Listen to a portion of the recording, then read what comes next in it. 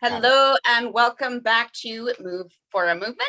I'm psyched to have with me today Antuan Byers of Black Dance Changemakers, which is an organization. We'll get into the mission and all that, but is a space for connection, collaboration, all that good stuff for Black dance artists and those who want to make change in the world.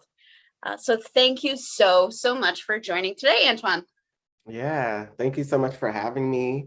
I love what you're doing with the show, and I think it's really important to kind of share all of these different movements that are happening in our field. So I'm really honored to get to share today. So thank you.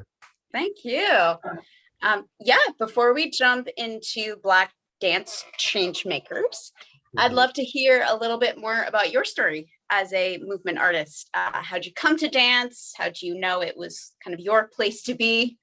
Find your particular interests within the form?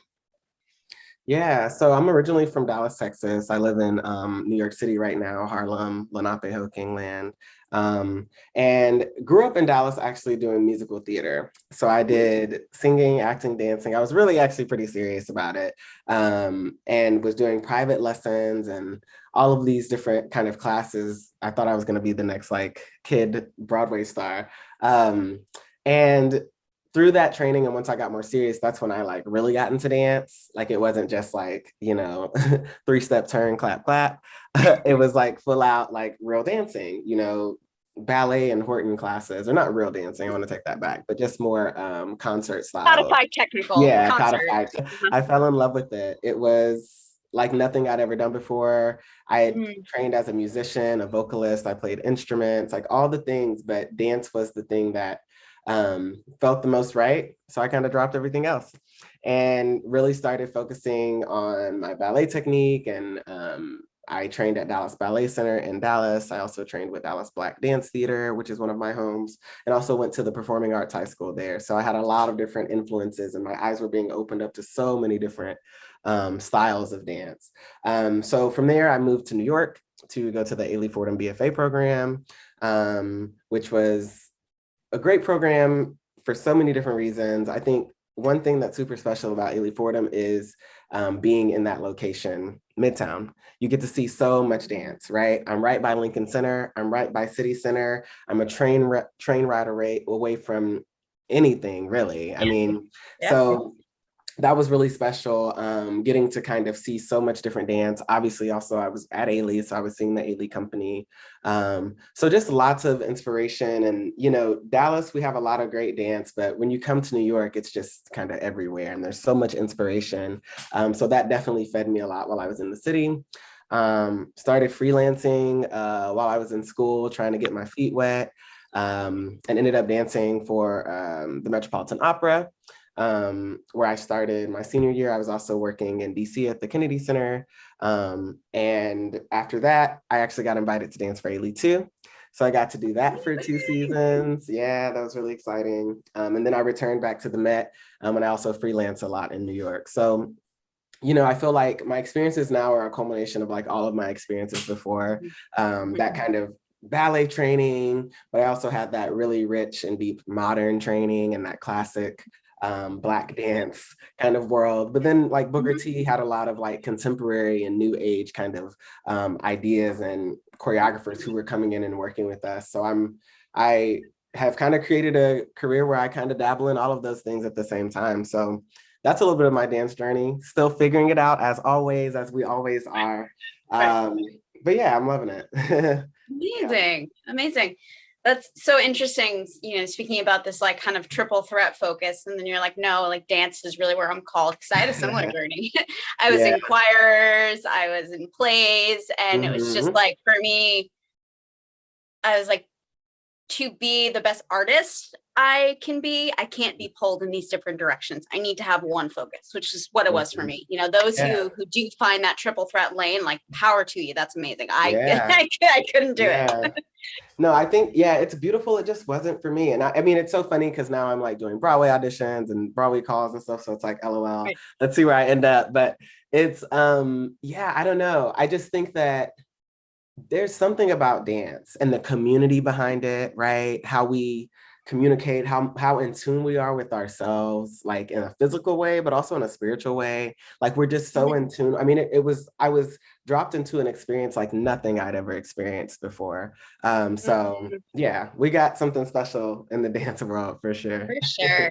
Yeah, I mean, that's so much of like what we're trying to hold on to, but in some ways missing. Like, yeah, we're back in studios in certain ways, but can we partner? You know, we're wearing masks. It's different, but yeah, it's like, you know, I heard from so many artists, like I miss so much that energy and space with people.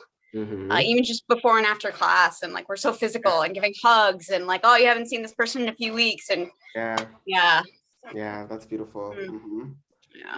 Yeah. And also just to call out, I'm sure we'll get into this, but just because like this is, I've known it in the back of my mind, but just more so I've seen the enormity of it more recently, of like just how much of America, which we think of as American dance tradition, is African diasporic creativity, the fruits of jazz, like what we know of as contemporary, like in the musical traditions of jazz and blues, and that is not taught enough. I will say, like in my undergraduate and you know, in studios like that, like we need to talk about that more.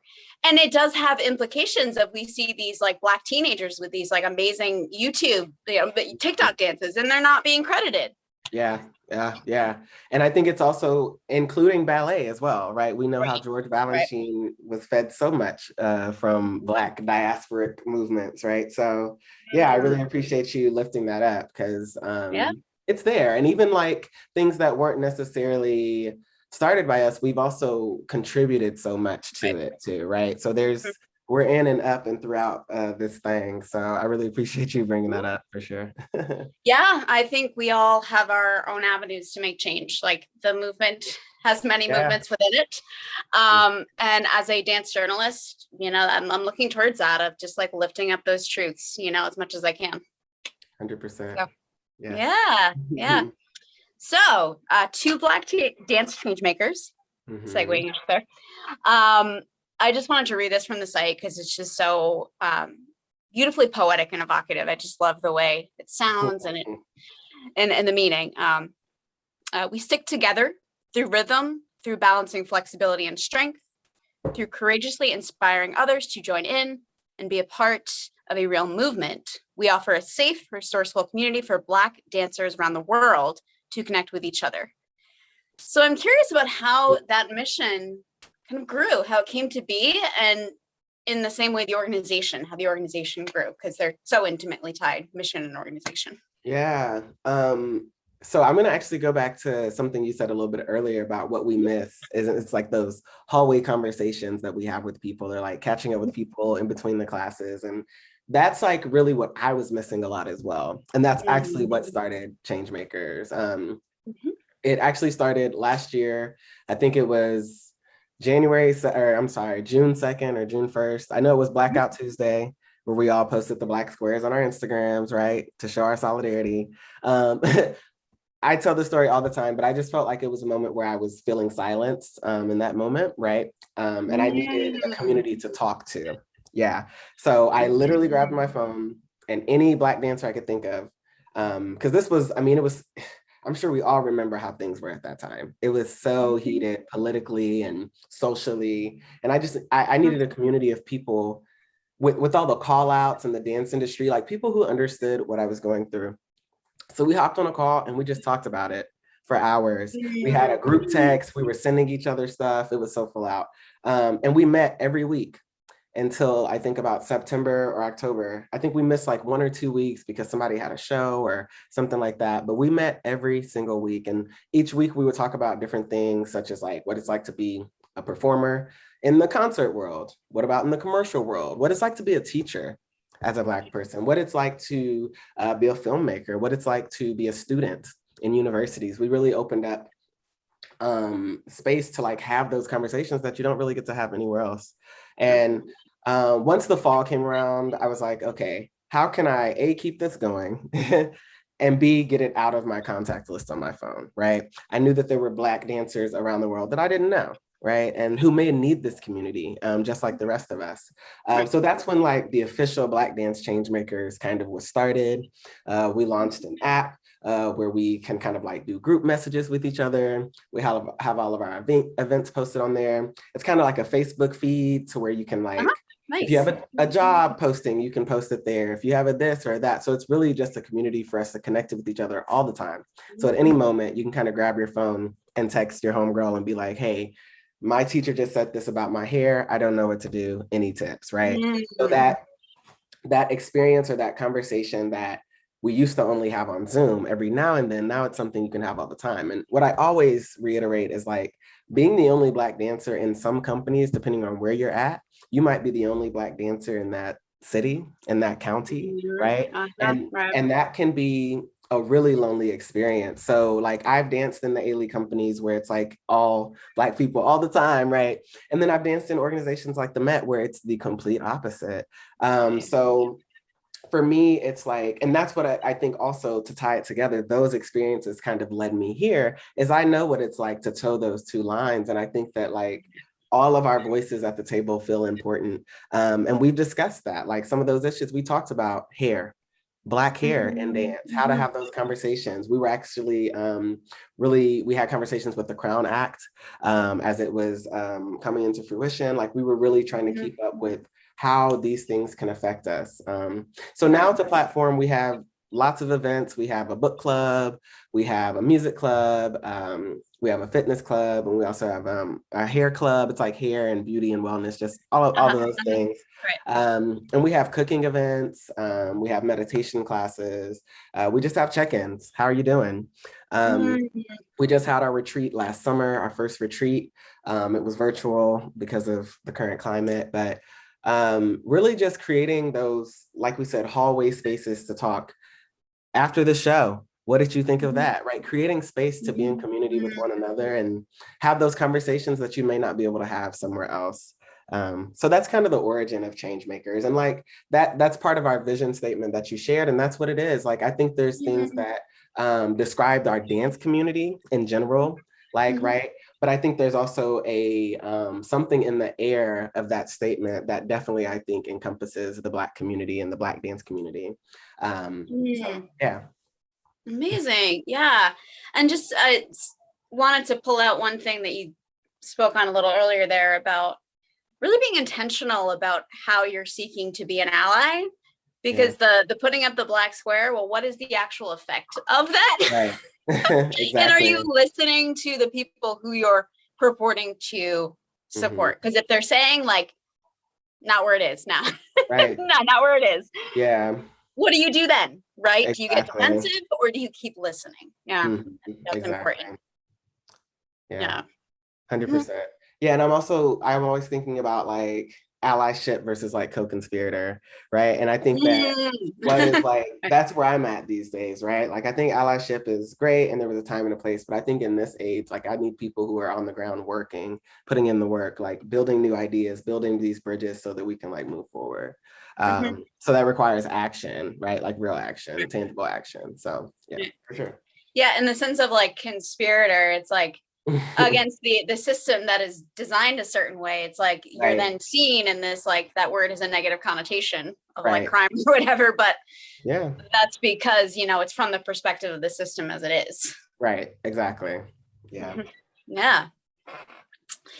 And I guess that also segues well into what I wanted to ask about, the sense of being in community with people with your shared history, shared struggle, shared trauma, in your own life and ancestrally, you know, that all that like literally within your blood, and the power of being in that kind of community. It seems to me like that's what Black Dance Changemakers offers.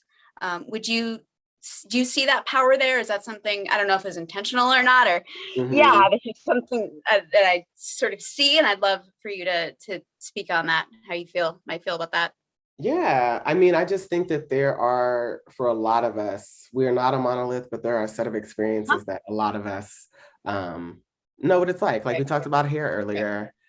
We as a community know what it's like to have to deal with hair. And like, if you have a performance one night and they're asking for 3 different hairstyles in one evening, how's that? Like those like nuanced kind of conversations Yeah, so I think it's like definitely our ancestral an ancestral connection, but it's really like it's for Black dancers everywhere. So there may be some people who like obviously we at the end of the day all have an ancestral line, but I think it's also for people like American Black folks who have a very different history than maybe European Black folks or African Black folks. And like that's been something I think we'll touch on later, like how to bring those different communities together. But it's really like that's kind of there anti-Blackness is universal and it's global. So there are some shared experiences that we do all share. So it was very intentional to create that kind of a space where we could work through that stuff, where you could ask questions that it just might not be safe for you to ask anywhere else. Right. And that sense of what is shared, but also these colors and textures that are different. Like you noted, like African Black folks, European Black folks, Caribbean, Yeah, exactly. Versus, African American is such this like color, texture, culture of its own. Yeah.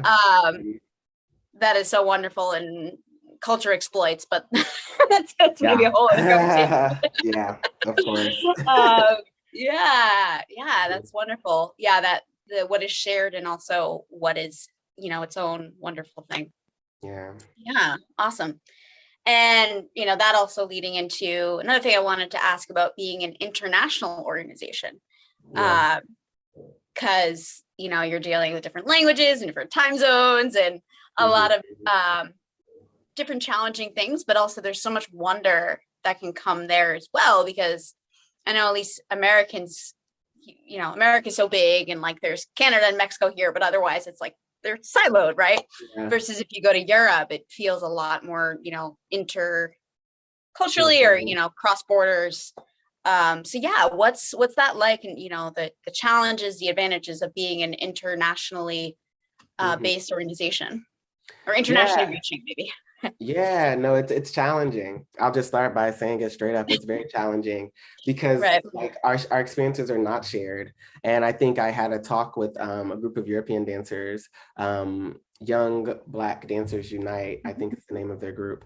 Nice. And it's even during that discussion, I learned that the word Black does not mean the same thing to everyone around the world, right? And in some places, Black people, someone who looks like me or even darker, considers themselves like a person of color based off of like how culturally they use that language. So I think it's been challenging, like, and even that's not small thing, but like that one instance opened up so many ideas and thoughts about how we can be inclusive, like and even the name of our organization might not feel, the people we're trying to target might not make them feel welcome. So it's been really challenging to just think about that, how we can be more precise in our language, how we can be more specific with who we're trying to reach. I think our vision is reaching Black dancers everywhere. And I think we're just trying to figure out now how to really do that and how we can do that in a way that where we're holding people, where people feel held and supported. We do have some international artists on the platform, but like a simple logistical thing is like, when do you hold an event? When you have someone in a completely different time zone, right? So we're playing with those simple logistical things.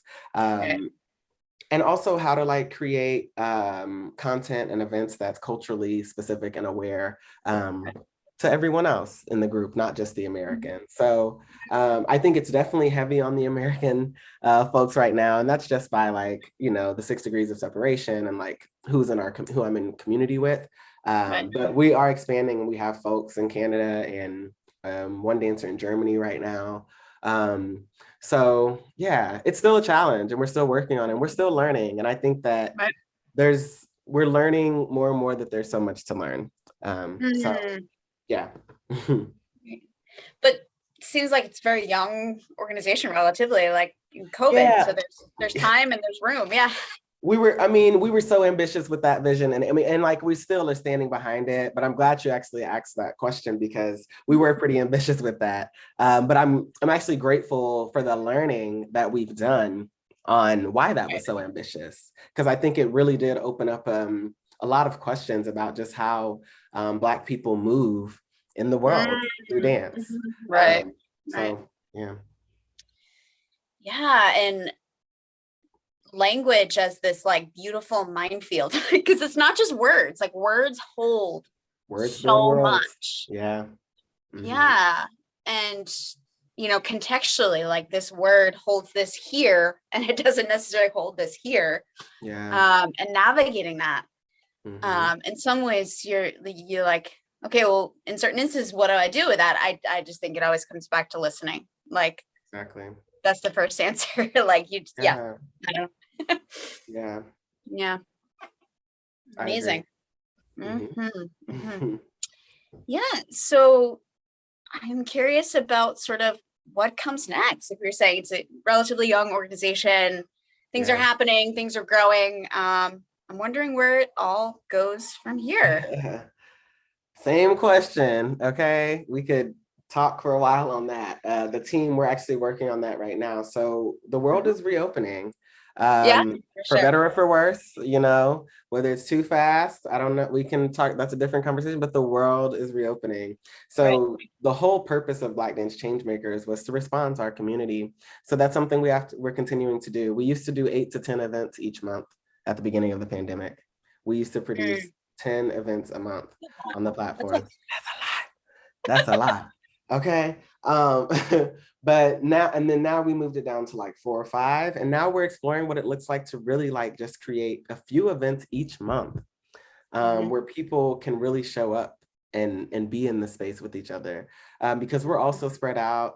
Even on the team that helped me kind of found this, we have a dancer who dances with Kyle Abraham, so she's on tour. Tanisha Guy, Alicia Johnson, she's a dancer with Hubbard Street, so like she's in rehearsal all day. Alicia Peak is a freelance dancer and teacher here in New York City.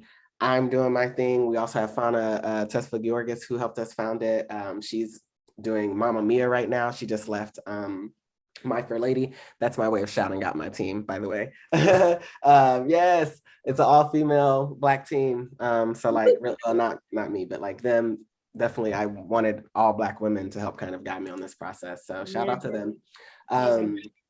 But yeah, like even within our team, how we can get on this. I think even in us planning this episode, it's like, how do you find time for everyone? And it's hard to do it with the team. So it's like really hard to do it with the community of people who have lots of different, because it's Black dancers everywhere. So some people are full-time dancers, some people are freelancers, which that's totally different schedules. Some people teach, we have filmmakers, we have writers, we have, all these things. So constantly responding, constantly listening, because things are going to constantly be shifting. So that's kind of what's next for us. Our retreat was really successful this past year. So I guess spoiler alert or a little sneak peek, we are planning our in-person retreat for 2022 and getting excited for, hopefully by then we'll be in a place where it's like still safe ish, whatever we're in now, hopefully we're in a better place to where we can connect with each other in person and like really bring this online community to in-person community, come together, that same kind of connecting that we do online with trying to better ourselves with community service, do some service initiatives together in person. Maybe a few cooking classes, like some fitness or like some meditation. Like it's been so cool to get to know some really like some of my closest friends online in this moment through Zoom to really connect with everyone in person. So that's kind of our main squeeze at the moment, is really looking ahead to that, because it takes a lot of planning. And we're a small org, so we're just trying to pace ourselves. So putting a lot of energy there.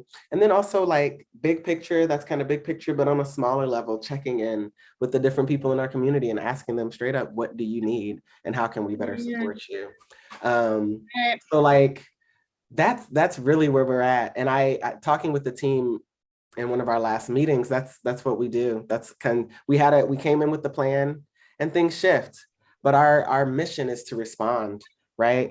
Through rhythm, through balancing flexibility with strength, right?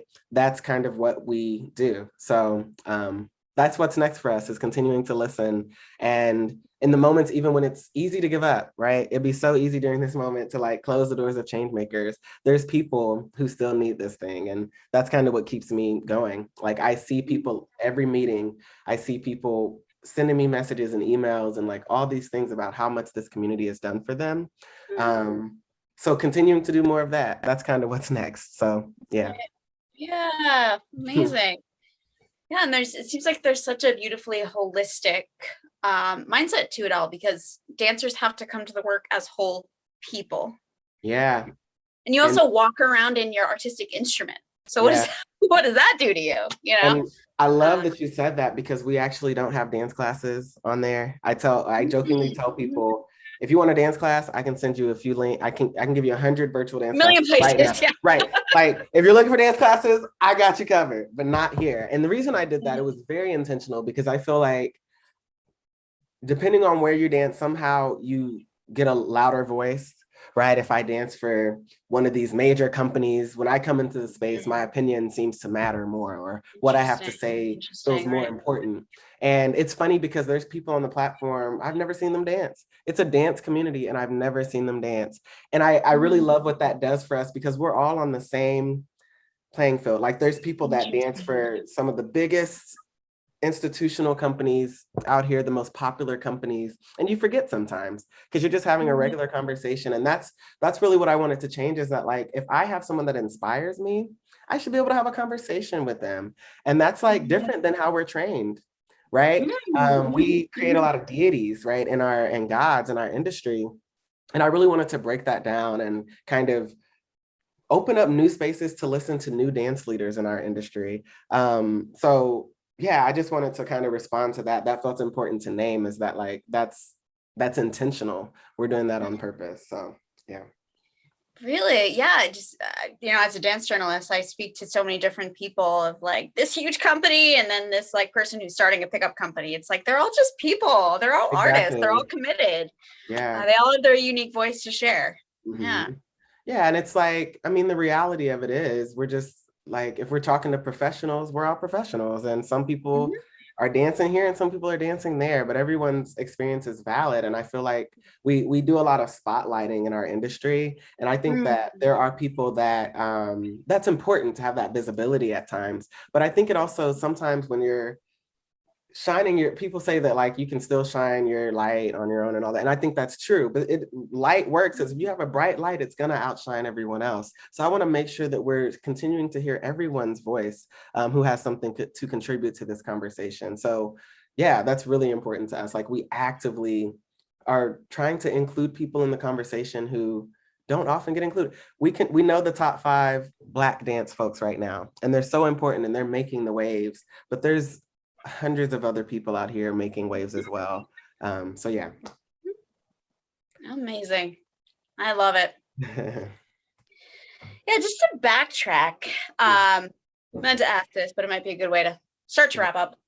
Yeah, just because it's sort of a conversation that's out there now.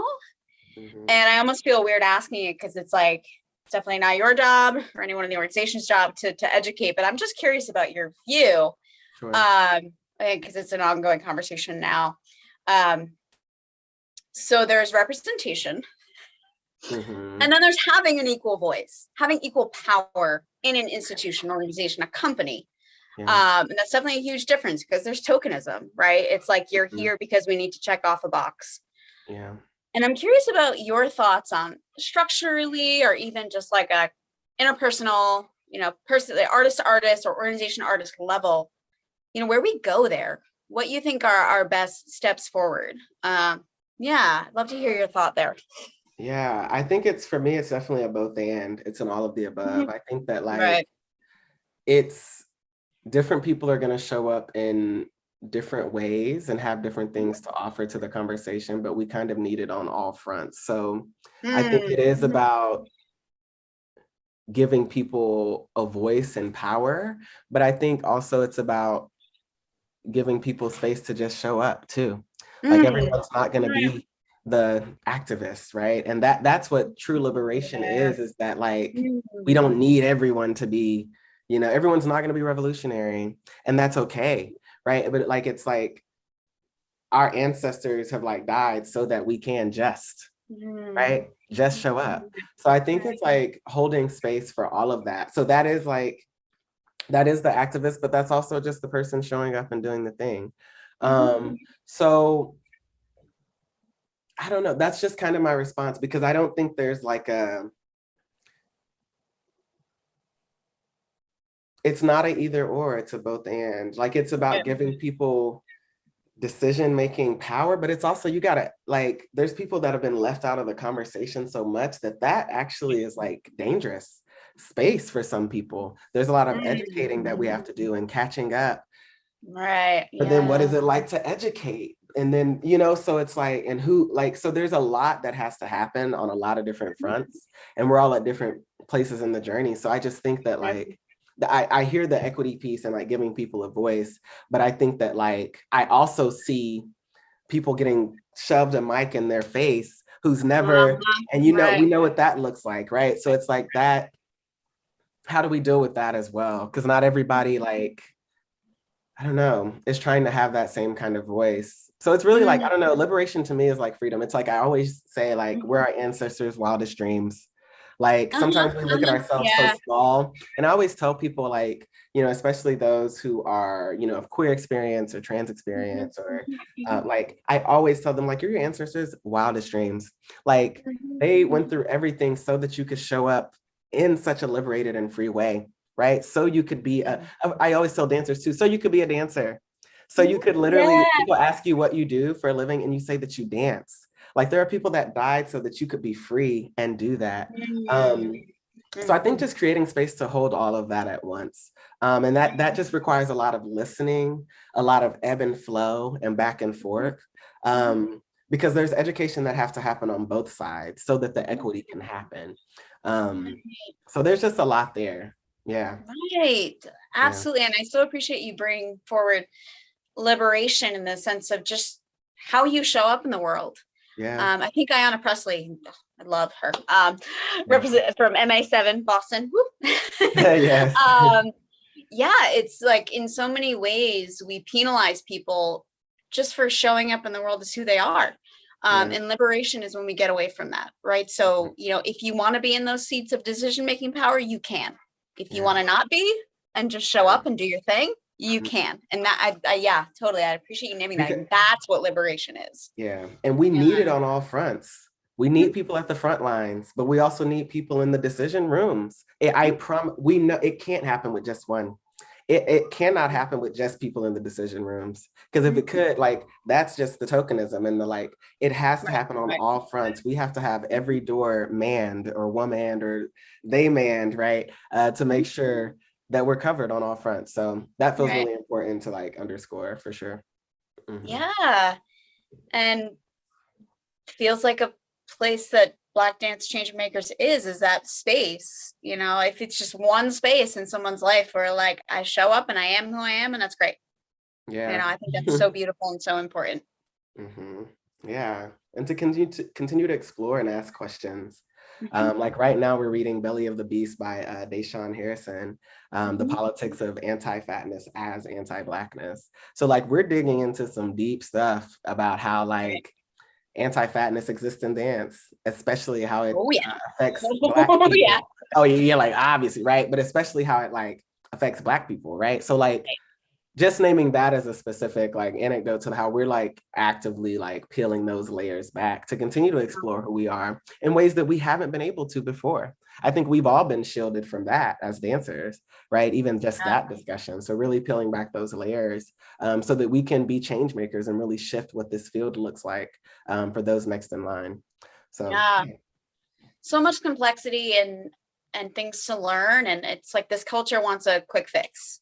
Like, go on this juice cleanse diet and you'll drop 10 pounds. It's like, you know, if you need that step for your health, maybe that's a few months of, like, like, taking time and learning and listening.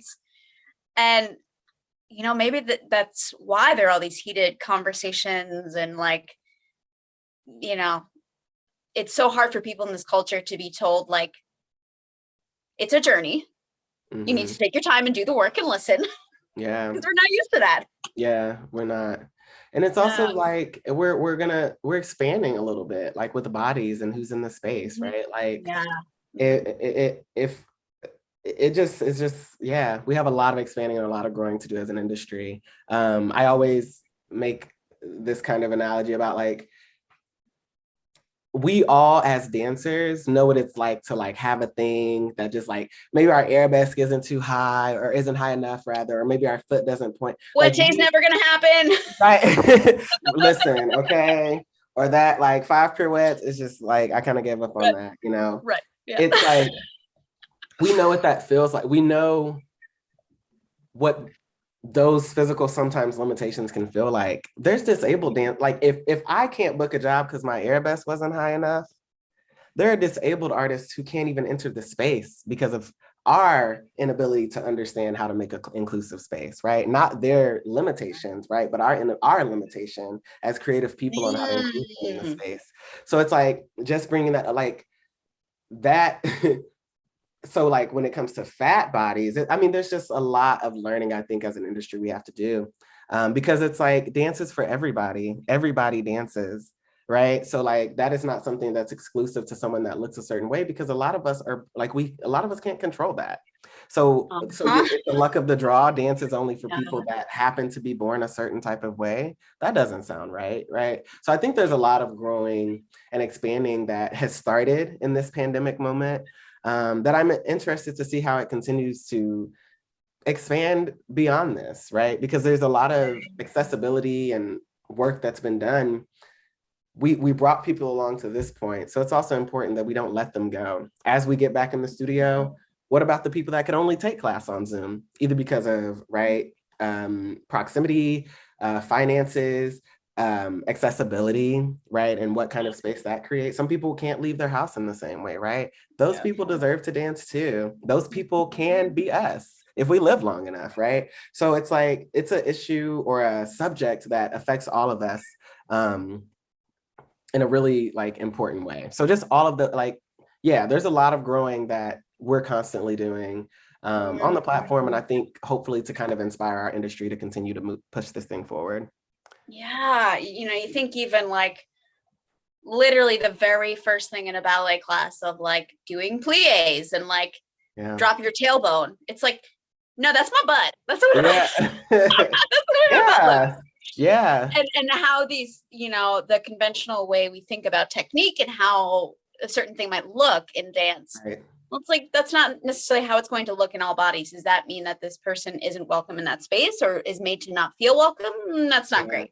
So almost in those ways, like literally the very first thing in a ballet class, like maybe at this point we're stepping back to that foundation, like the very beginning in certain ways. And like, how do we move forward from here to make it a space for everyone? Because to dance is so fundamentally human, like literally, like besides like drawing on cave walls, like, we moved around the circle to get, like, it is so viscerally and elementally human that to have any individual not welcome or feel not welcome, I'm not okay with that. Yeah, and it's also dance is how it's how we mark history, culture, it's how we story tell. So to add on to that, when we don't include people into this dance, we're not telling their stories. And that feels really important to make sure we're continuing to tell people's stories through movement as well. So absolutely, I agree. And then when certain people's stories aren't understood, what happens then? Exactly. So, they're not understood. The erasure, right? So all of that, listen, we're on the same page. Yes. Awesome. Yeah. All right, covered a lot of beautiful ground, but if there's anything else you want to throw in before we wrap up, go ahead. I mean, just check us out, blackdancechangemakers.com. If you or anyone you know who might be interested in a Black community that supports and uplifts Black identifying dancers. So yeah, that's all. Thank you so much for giving me this space to chat today. Absolutely. Yes, awesome. Cool. All right, everyone. Thank you so much for tuning in. Like, comment, subscribe, all that good stuff. Help boost the channel so more people can enjoy what we have to share. And we will see you next time.